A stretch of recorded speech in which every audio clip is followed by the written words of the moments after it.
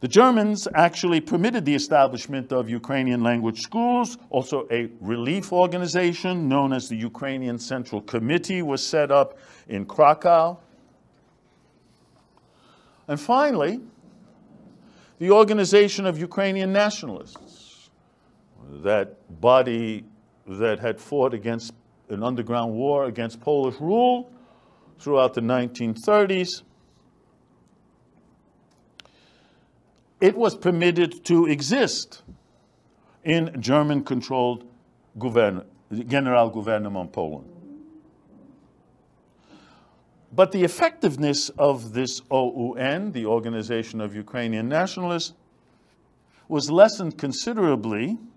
Why? Because of internal conflicts.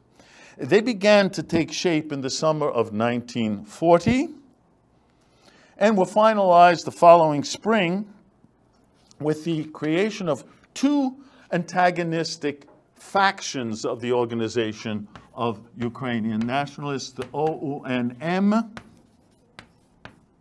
named after the leader of the organization, Andrei Melnyk, and the OUN-B,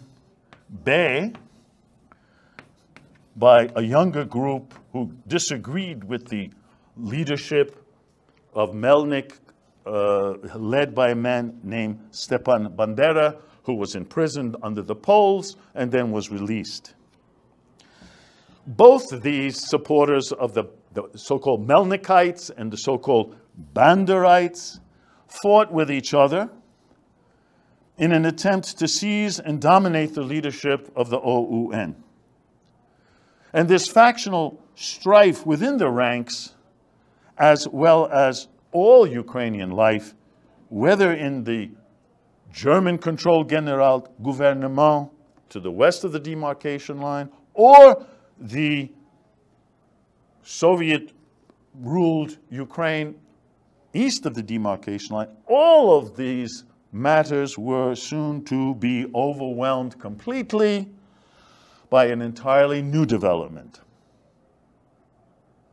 Nazi Germany's invasion of the Soviet Union.